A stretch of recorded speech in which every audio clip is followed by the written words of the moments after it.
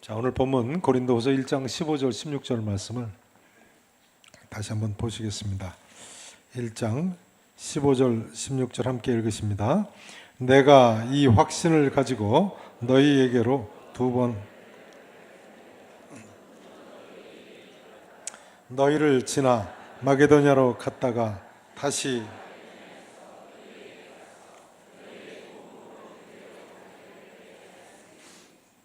자, 이 구절은요 오늘 본문 배경이기도 하고요 고린도후서 전체의 배경이기도 합니다. 15절 16절 다시 한번 보시죠. 나 바울이 말이죠, 이 확신을 가지고 너희로 두 번 은혜를 얻게 하기 위해서. 누구들한테 두 번 은혜를 얻게 하기 위해서요? 고린도 교회 교우들한테요. 두 번 은혜를 얻게 하기 위해서 먼저 너희에게 이르렀다가, 그러니까 고린도에 갈 계획이라는 거예요. 고린도성에 이르렀다가 너희를 지나 어디로 갈 예정이에요? 북부 그리스로 올라가서 마게도냐 지역으로 갔다가 다시 마게도냐에서 너희에게 남부 그리스 지역인 고린도 성으로 가서 너희의 도움으로 어디로 가기를 계획했어요? 유대 땅 예루살렘 성으로 가기를 계획했어요. 그런데 바울은 고린도 교회를 이처럼 두 번 갈 예정이었습니다만 두 번 가지를 않았습니다. 가지 않은 것 같아요. 그 다음 23절을 보세요. 내 23절입니다. 내 목숨을 걸고 하나님을 불러 증언하시게 하노니 내가 다시 뭐에 가지 아니했다고요? 고린도에 그렇게 계획은 했는데 가지 않았다는 거예요. 다시 고린도에 가지 아니한 것은 왜 안 갔다고요? 너희를 아끼려고 했다고요. 바울이 왜 고린도 교회를 두 번 이렇게 가려고 했는데 가지 않았다고요? 고린도 교인들을 아끼려고요. 자, 2장 13절 한번 보시죠. 2장 12절 13절이요. 그 다음 장 12절 13절 보세요. 내가 그리스도의 복음을 위하여 어디에 이르렀어요? 드로아, 오늘날 터키의 서북부 지역인 세계사적으로 유명한 트로이 성이죠. 그 트로이의 이름에 주 안에서 문이 내게 열렸으되 내가 내 형제 누구를 만나지 못함으로요? 디도를 만나지 못함으로 내 심령이 편하질 않았어요. 그래서 그들을 작별하고 어디로 갔어요? 마게도냐로 갔노라. 고린도로 가지를 않고 북부 그리스인 마게도냐로 그냥 건너간 것을 알 수 있습니다. 왜요? 디도가 오지를 않았어요. 바울은 이때 자기 제자 디도를 드로아 성에서 만날 줄로 알고 있었습니다. 근데 만나지 못해서 심령이 어땠다고요? 편하지 못했다는 거예요. 그래서 남부 그리스인 고린도 성으로 내려가지 않고 북부 그리스인 마게도니아 지방으로 바다를 건너갔다는 거예요. 바울이 이때 디도를 고린도 교회에 보냈었죠. 바울이 디도를 고린도에 보낸 기록은 조금 이따 보시겠습니다. 그런데 고린도에서 디도가 오지 않으니까 바울이 드로아 성에서 심령이 편하지 못해서 고린도로 내려가지 않고 고린도에 간 디도가 소식이 없으니까요. 그리스 북부 마게도냐로 건너갔다는 거예요. 그러니까 바울의 본래 계획은, 저를 보세요. 본래 계획은요, 세계 지도를 지금 펼쳤다고 생각하고 보세요. 오른쪽엔 터키가 있고 왼쪽은 그리스가 있지 않습니까? 터키의 에베소에서 바울이 본래 계획은 바다 건너가서 남부 그리스 고린도로 갔다가 거기 지나서 마게도냐 북부 그리스로 올라갔다가 다시 고린도로 내려가서 고린도 교회 도움으로 유대로 건너가기를 계획을 했던 거예요. 그런데 바울이 드로아까지 올라갔는데도 고린도에 먼저 보낸 디도가 오질 않아가지고 심령이 편하질 못해가지고 고린도로 가질 않고는 어디로 갔어요? 드로아에서 어디로 갔어요? 북부 그리스인 마게도냐로 건너갔어요. 어렵지 않으시죠? 어렵지 않으시죠? 네, 이 내용은 아주 중요합니다. 자, 이제 고린도후서 7장 5절을 보세요. 고린도후서 7장 5절. 이 내용을 아셔야지 고린도후서 전체를 이해하실 수 있으세요. 7장 5절을 보세요. 우리가 어디에 이르렀을 때에도요? 마게도냐에 이르렀을 때에도. 그러니까 디도가 고린도성에서 오질 않아가지고 심령이 편치 않아서 마게도냐로 갔잖아요. 근데 마게도냐 북부 그리스에 이르렀을 때에도 우리 육체가 편하지를 못했어요. 사방으로 뭘 당했어요? 환난을 당했어요. 밖으로는 다투며 안으로는 두려움이었노라. 그러나 낙심한 자들을 위로하시는 하나님께서 누구를 보내셔서 우리를 위로하셨어요? 디도를 마침내 보내셔서 위로하셨다는 거예요. 그러니까 고린도성에 보냈던 디도가 그렇게 오질 않더니 바울이 마게도냐에 갔을 때 디도가 와서 만났다는 이야기예요. 그래서 위로를 받았다는 거예요. 자, 그 다음 보세요. 디도가 아주 기쁜 소식을 가지고 왔어요. 7절을 보세요. 그가 온 것은 디도가 온 것뿐 아니요 오직 그가 너희에게서, 그러니까 고린도 교회에서 받은 그 위로로 우리를 위로하고 너희의 사모함과 애통함과 나를 위하여 열심히 있는 것을 우리에게 보고함으로 나를 더욱 어떻게 했다고요? 기쁘게 하였느니라. 그래서 고린도성에서 마게도냐로 와서 바울을 만난 디도가 가지고 온 그 기쁜 소식을 듣고 사도 바울이 너무너무 기뻐하면서 쓴 편지가 고린도 후서라고 얼마 전에 말씀드렸었죠. 기억나시죠? 다 기억나시죠? 네. 다 기억나시죠? 네. 아무튼 좋습니다. 자꾸만 들으시면 이제 아시게 돼 있습니다. 네. 그래서 고린도 후서 편지는 언제 쓴 편지라고요? 마게도냐에서 언제 썼어요?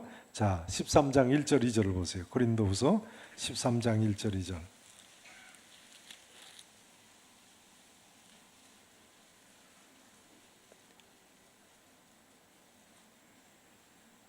1절 같이 1절만 읽으십니다. 같이 읽으세요. 시작.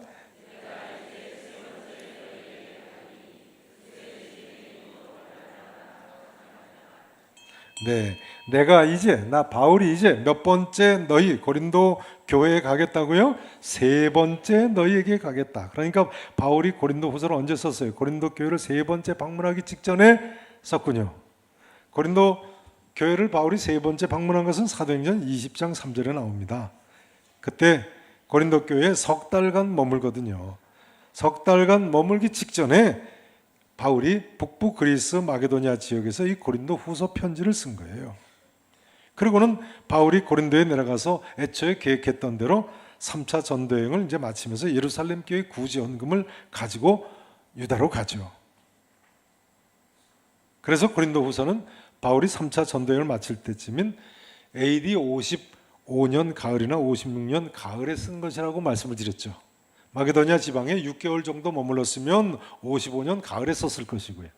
1년 이상 머물렀으면 56년 가을에 썼을 것입니다. 자, 이제 본론에 들어가겠습니다. 서론이 좀 길었습니다만 이런 역사적 배경을 꼭 이해하시고 본론에 들어가셔야 돼요.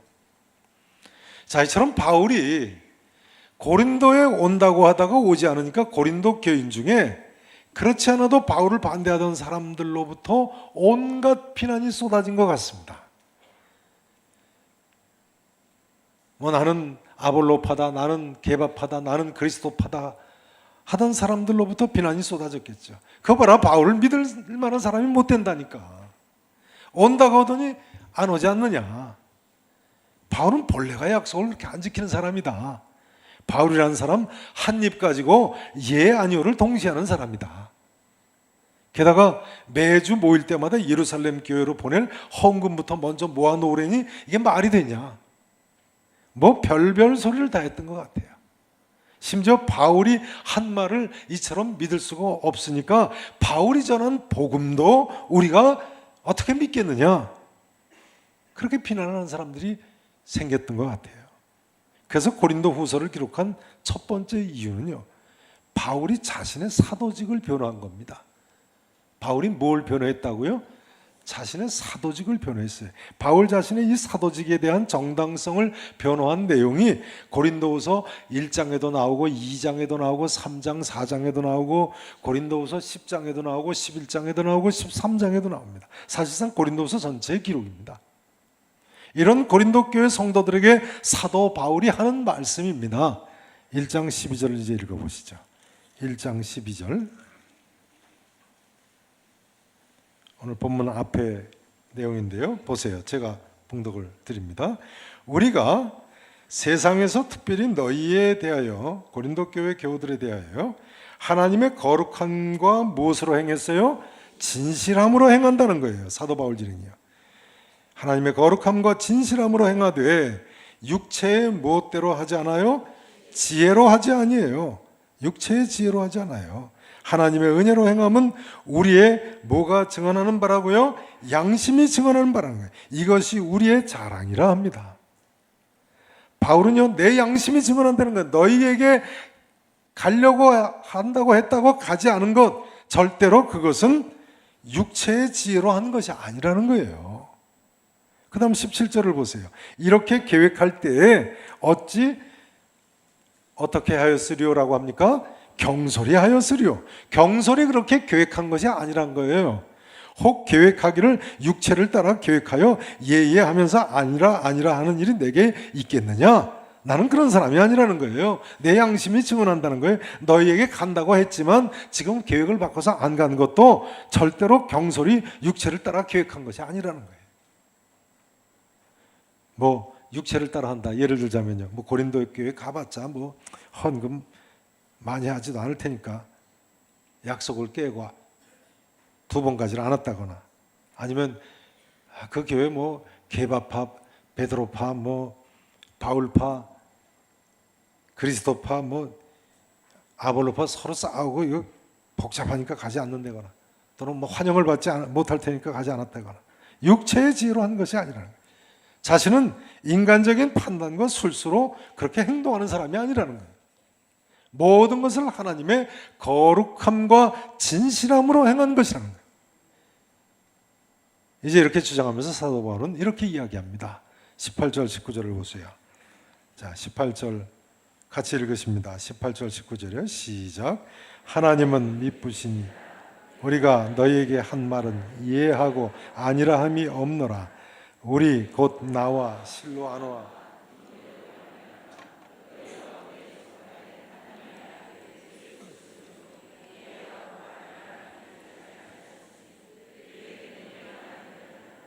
아멘. 하나님은 어떤 분이시라고요? 미쁘신 분, 신실하신 분이시라고요. 하나님은 이처럼 신실하신 분이기 때문에 우리가 예하고 순종하기만 하면 된다는 거예요. 누구처럼요? 예수님처럼요. 예수님처럼. 19절 말씀을 보세요.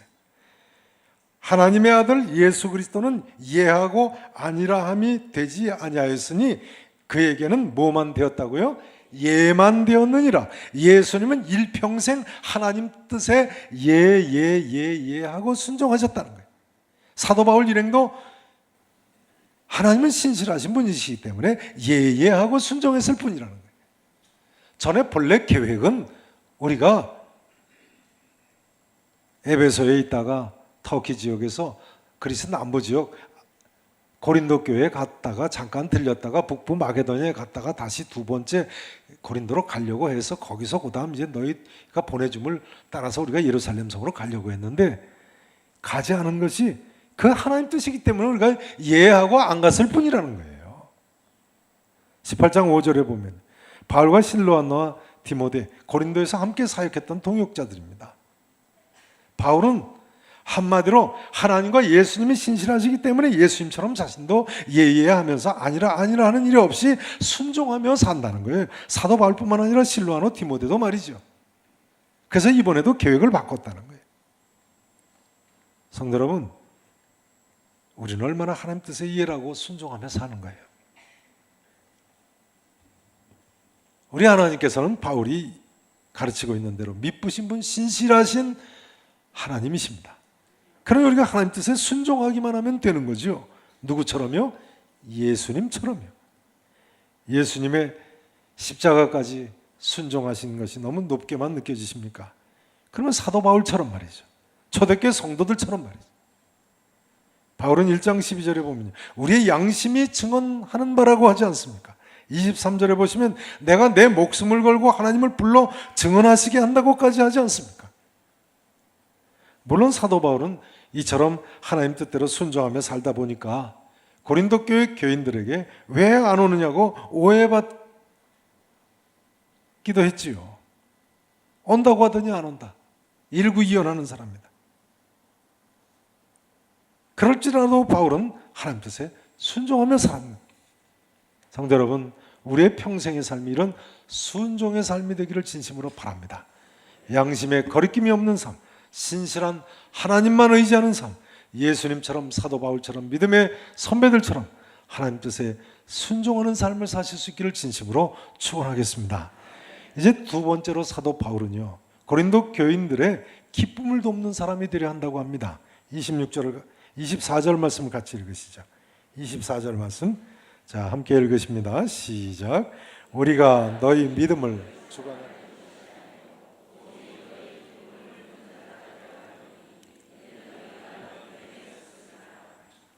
우리가 너희 믿음을 주관하려는 것이 아니요 오직 너희 뭘 돕는 자가 되려 한다고요? 기쁨을 돕는 자가 되려 한다. 여러분, 우선 이 질문을 드리지 않을 수 없습니다. 예수님 믿어 기쁨이 있으십니까? 사도 바울은 자신이 기뻐할 뿐만 아니라 다른 사람의 기쁨을 돕는 자가 되려 한다고 하는데요. 예수 믿어 이런 기쁨이 있으십니까? 시편 96편 저자는요, 성도가 누려하는 기쁨을 이렇게 노래하고 있습니다. 하늘은 기뻐하고 땅은 즐거워하며 바다와 거기에 충만한 것이 외치고 밭과 그 가운데 있는 모든 것은 즐거워할지로다. 숲의 모든 나무들아 여호와 앞에서 즐거이 노래할지어다 했어요. 여러분, 이런 기쁨이 있으십니까?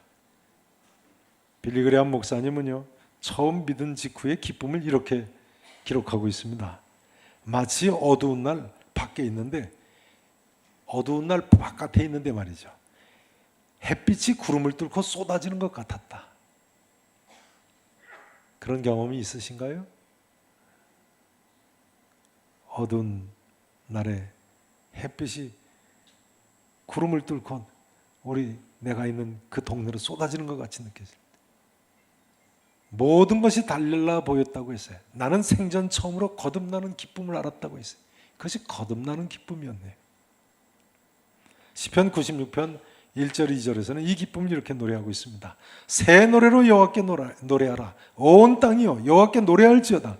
여호와께 노래하여 그의 이름을 송축하며 그의 구원을 날마다 전파할지어다 했어요. 미국 최초의 감리교 감독이었던 에즈버리라는 분이 계세요. 유명한 미국의 에즈버리 감리교 신학교가 이 에즈버리를 기념하는 신학교죠. 프랜시스 에즈버리라는 분인데요. 이 에즈버리는 어느 날 마터라는 목사님 설교를 듣다가 변화가 되었는데요. 마터 목사님의 이 한마디에 변화가 됐다고 그래요. 물론 여러 마디를 하셨겠습니다만 그 설교 중에 이 한마디를 듣고 변화됐다는 거예요. 바로 이 말씀입니다. 여러분, 진정한 성도는 하늘에 있는 것처럼 즐겁습니다. 진정한 성도는 어느 정도 즐겁다고요? 하늘나라에 있는 것처럼요. 공감이 되십니까? 하늘에 있는 것처럼 즐거우십니까? 성경은 항상 기뻐하라고 말하고 있는데요. 사도 바울은 주 안에서 항상 기뻐하라, 내가 다시 말하노니 기뻐하라고 했는데요. 근데 우리 중에는 예수님 믿어도 이 기쁨을 잃어버린 사람이 너무나 많습니다. 주님 만난 초기에는 이런 기쁨을 억누를 수 없어 하고 주체할 수 없어 합니다만 점차 이 기쁨이 쓰러져가는 것이 너무나 많은 안타까운 현실 아닙니까? 우리 각자의 삶을 하나님 말씀에 비춰서 한번 우리가 돌이켜봤으면 좋겠습니다.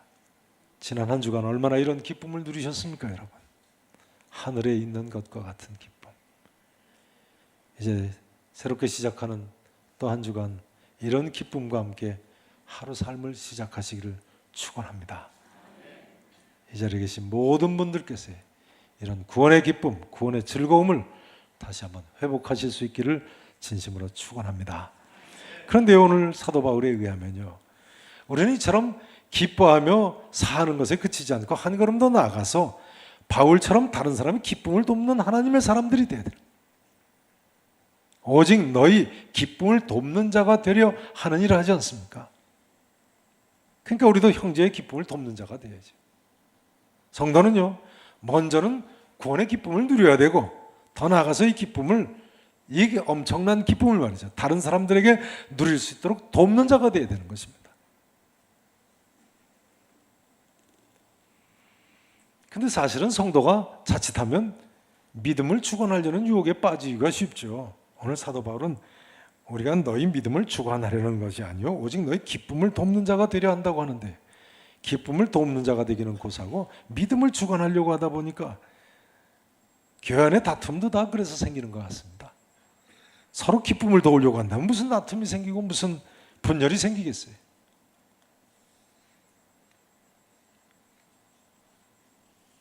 우리 모두가 다른 사람의 기쁨을 돕는 자리로까지 나가야 되겠어요. 24절 전반부에 보시면 바울이 첫 단어 뭐라고 이야기합니까? 우리가라고 하지 않습니까? 우리가. 그러니까 바울만이 아니고 디모데도 실로아노도 말이죠. 더 나아가서 믿음의 형제 우리 모두가 서로 기쁨을 돕는 사람들이 돼야 돼요. 우리 계산의 성도님들, 이 구원의 기쁨과 즐거움을 돕는 사람들이 되시되 나로 인해서 우리 가족들이 기뻐하게 될 수 있기를 바랍니다. 우리 교우들이 기뻐할 수 있기를 바랍니다. 내 직장 동료, 내 친척 친지들, 내 주변 사람들이 나로 인해 기뻐하게 될 수 있기를 진심으로 축원합니다. 그런데요, 우리가 사도 바울처럼 기쁨을 돕는 자가 되려면 한 가지 전제 조건이 있습니다. 한 가지 전제 조건이 있어요. 그게 뭔가요? 24절 말씀에 보시면요, 그것은 믿음에 서는 것입니다. 이는 너희가 믿음에 섰음이라 하지 않습니까? 그러고 보니까 믿음 없이는 참 기쁨도 없는 것이네요. 기쁨이 있기 위해서 먼저 믿음에 서야 됩니다. 나 자신이 반석같이 흔들리지 않는 믿음에 서야 돼요. 저를 보세요. 신앙의 기쁨은요, 믿음보다 한 단계 더 높은 차원입니다. 믿음을 소유한 사람은 이 기쁨의 단계로 올라가야 됩니다. 그리고 거기에 머무르지 않고 한 걸음 더 한 단계 올라가서 다른 사람의 기쁨을 돕는 사람이 되어야 되는 거예요. 처음 시작은, 중요한 것은 믿음에 서는 것이 중요한 거예요. 여러분 아시죠? 세상적인 기쁨은 다 한순간적이고 표피적이고 따라서 허망한 것입니다. 믿음 없으면요, 이 세상 사는 것이 사실은 별 기쁨이 아닙니다. 한순간적인 것이, 표피적인 것이. 사실을 솔직하게 말씀드리자면 한탄스럽고 허무할 뿐이죠. 여러분, 혹시 지금 믿음이 없으십니까? 믿음의 자리로 나아가시기를 축원합니다. 기쁨이 없으십니까? 나는 믿는 것 같은데 기쁨이 없다고 생각되십니까? 그렇다면요, 내가 과연 믿음이 있는가를 먼저 진단해 보셔야 됩니다. 내가 과연 하나님이 살아계시다고 믿는가? 내가 과연 예수님의 하나님의 아들이고 내 죄를 사해 주시고 나를 구원해 주신다고 믿는다고 믿는지, 구원해 준다고 믿는지 진단을 해 보셔야 됩니다. 이런 믿음이 있으시다면요, 그 한 가지 사실만으로도 기뻐하셔야 됩니다. 항상 기뻐해야 되니까요. 믿음이 없는 곳에는 참 기쁨도 없는 것입니다. 또한 이런 이야기가 되겠습니다. 우리가 기도하면서 이 복음의 기쁜 소식을 전해야 되겠습니다. 가족이면 가족, 친구면 친구, 이웃이면 이웃들의 믿음을 도와서 참 이 기쁨을 누리면서 저들도 함께 살게 해야죠. 올 하반기 태신자 작정서를 받으셨는데요, 여러분, 올 하반기에 내가 누구에게 이 복음의 기쁜 소식을 전할까 진지하게 기도하시고 찾아보시기 바랍니다. 이제 이 한마디로 오늘 말씀 증거를 마치기를 원합니다. 부족한 저는 계산교회 목사로서요, 진심으로 교우 여러분들의 믿음과 기쁨을 돕는 사람이 되고 싶습니다. 성도 여러분, 예수님처럼, 사도 바울처럼 말이죠, 믿음의 선배들처럼 믿음으로 하나님 뜻에 순종하며 사시기를 바랍니다. 특별히 많은 사람의 믿음을 도우심으로 많은 사람을 기쁘게 하는 참섬, 하나님을 기쁘시게 하는 복된 삶을 사실 수 있기를 우리 구주 예수 그리스도 이름으로 간절히 축원하겠습니다.